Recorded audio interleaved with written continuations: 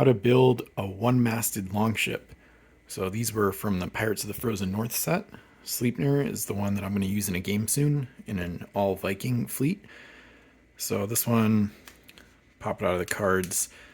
These ones can get a tiny bit confusing, mostly because this keel area and that, along with the hull pieces, sometimes it's a tiny bit confusing seeing which one is the bow versus the stern and how that goes into the main deck part, basically. But all longships, whether they're 1, 2, or 3 masts, they all have very similar ways of going together. So they've basically got a keel piece in the middle, which differentiates them from most of the other ship types in the game. And that's going to be this piece for the one master. And then they've got, of course, the hull and deck, which are on all the ships, so or most of them anyway.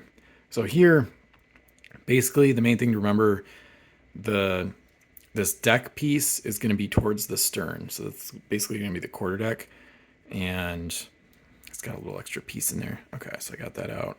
So that's going to go right here. And then here we see towards the bow, there's going to be this slot, and that's going to slide into these tabs, these slotted tabs, which are going to be at the bow.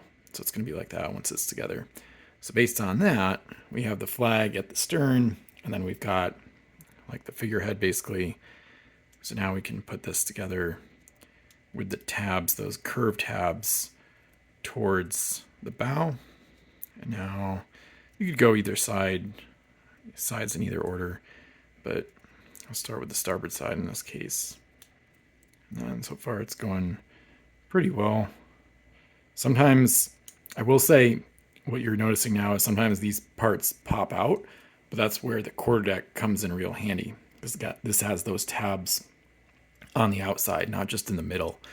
So it doesn't really matter too much if the tab doesn't go into the slot towards the stern on the hull pieces, because we're going to use the quarterdeck and do a pinch action to get that in all at once. So now that I've got both sides there, I'm going to basically line them up, pinch them together, and now we should be able to get the quarterdeck to go in and pinch on both sides here. This is like usually the hardest part and most annoying part of the longships.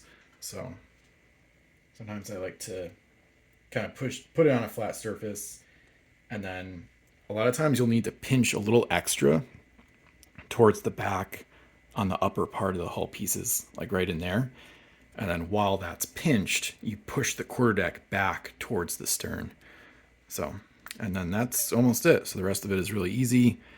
I didn't pre-widen these. I don't know if this will be a tiny bit tight, but obviously the oar is pretty much almost the same as a galley. They have a little bit of a curve to them, but for the most part, the rest of it is very similar to putting together a galley and things like that. So, and then one thing to keep in mind, the mast.